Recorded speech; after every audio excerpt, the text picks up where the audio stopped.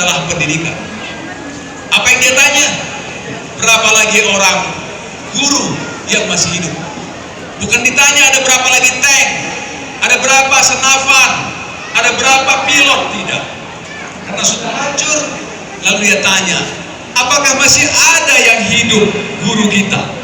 Ada berapa lagi yang masih hidup? Bapak Ibu orang tua saya, apa maknanya?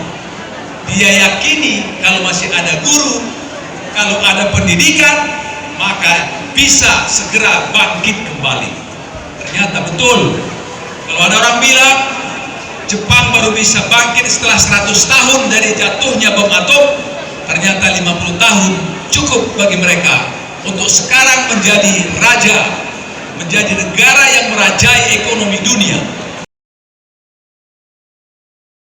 Wilayah ini, calon-calon yang akan menggerakkan sektor-sektor pembangunan, pendidikan, ekonomi, teknologi, pertanian, perikanan, kelautan, dan sebagainya. Walaupun belum ada jurusan prodi itu, saya percaya kampus ini akan segera membuka prodi-prodi itu. Karena inilah potensi wilayah Nias Selatan. Siapa lagi kalau tidak kalian yang akan menjadi penggerak pembangunan itu? Apa yang saya katakan, kalian segera masuk ke universitas yang lebih besar. Itulah yang tadi disebut orang tua, kehidupan masyarakat yang penuh dengan dinamika, yang penuh dengan tantangan, masalah yang perlu kalian pecahkan. Kalau kuliah di sini 4 tahun, kalian cuma belajar 144 SKS. Kalian bertemu dengan dosen, kalian berdiskusi dengan sesama teman kalian, kalian masuk ke perpustakaan, masuk ke laboratorium untuk berdiskusi. Tapi nanti setelah dari sini, kalian akan masuk ke universitas kehidupan yang sesungguhnya di situ banyak masalah yang kalian tidak lagi sempat untuk bertanya, tapi bahkan kalian akan menjadi tempat bertanya. Inilah tantangannya, kata yang akan dikatakan orang tua tadi. Selesai kuliah bukan berarti harus berhenti belajar, harus terus belajar. Yang berikutnya, adik-adik dan anak-anak kami, tahukah kalian bahwa kalian hari ini lulus pada situasi yang berbeda ketika saya lulus, ketika orang-orang tua kita lulus, ketika Pak Rektor dan seluruh jajaran ini lulus. Apa yang membedakannya? Kalian hadir diluluskan dalam era apa yang disebut dengan globalisasi. Era globalisasi yang ditambah lagi dengan hadirnya teknologi digital, revolusi industri 4.0, 4.0. Ditambah lagi apa? Hadirnya tamu tidak diundang, apa yang disebut dengan si COVID 2019. 2 tahun ini, bahkan 5 tahun sebelumnya, tatanan dunia sudah mengalami banyak perubahan, mengalami transisi di bidang apa? Di bidang teknologi, di bidang ekonomi, di bidang bisnis, di bidang industri, dan sebagainya.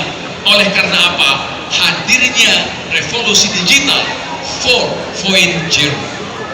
Tadi Pak Rektor sudah mulai menyinggung, jangan cuma pinter menggunakan gadget, jangan cuma pinter kirim WA, jangan cuma pinter bermain Instagram, tapi mari menjadi bagian intelektual yang bisa memanfaatkan digital yang hari ini sebagian besar sudah digunakan dalam berbagai bidang pekerjaan untuk bisa lebih mengoptimalkan, lebih mengefektifkan, lebih mengefisiensikan oleh karena penggunaan teknologi informasi digital.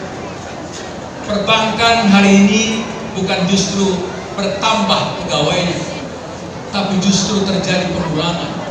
Karena apa? Pekerjaan perbankan yang sebelumnya dikerjakan oleh banyak orang, sekarang dikerjakan oleh sedikit orang. Kalau ada dulu satu pekerjaan dikerjakan 3 orang, sekarang 3 pekerjaan cukup dikerjakan oleh 1 orang saja. Kalau hari ini transportasi atau komunikasi, bisnis sebelumnya digunakan oleh banyak pengiriman menggunakan jasa kurir, Tapi sekarang data, informasi, pengiriman uang, transfer, bayar kredit itu menggunakan sistem transaksi digital. Dan seterusnya dan seterusnya.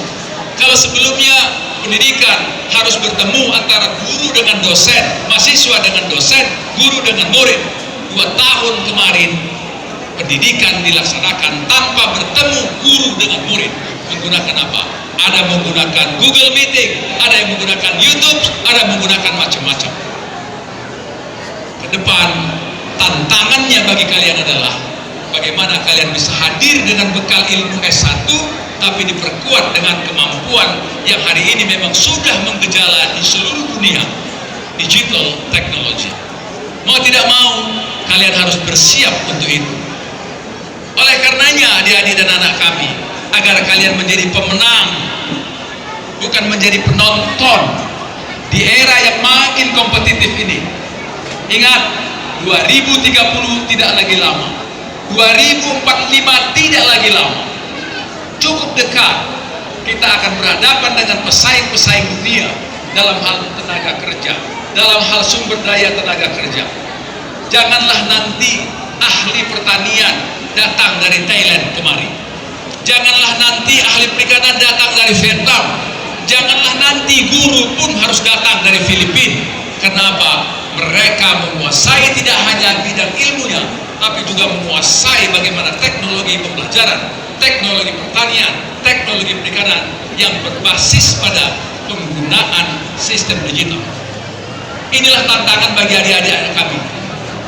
Kita tidak lagi ragu dengan ilmu kalian yang kalian dapatkan selama S1, tapi yang kita khawatirkan adalah apakah kalian siap untuk berkompetisi berhadapan dengan calon-calon sumber daya manusia tenaga kerja yang itu bisa datang dari luar Nias Selatan.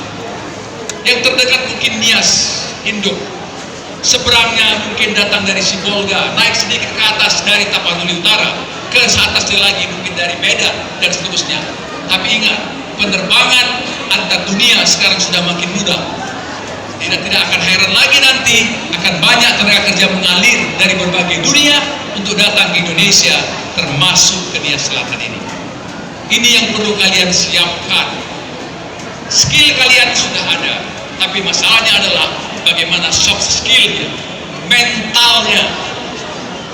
Terampil sudah, tapi kemampuan menggunakan keterampilan dalam bidang-bidang yang saya sebut tadi, terutama kaitannya dengan penggunaan teknologi informasi.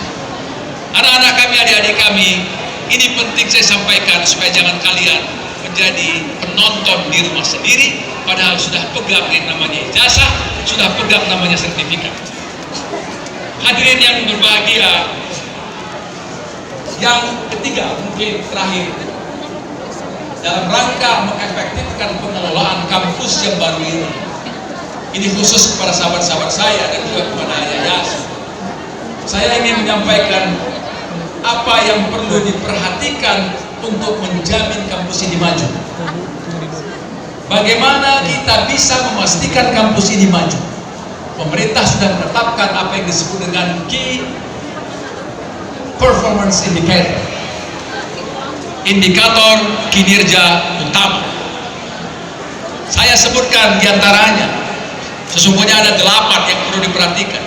Yang pertama, bahwa kampus itu dianggap baik, bermutu kalau lulusannya itu mendapat pekerjaan.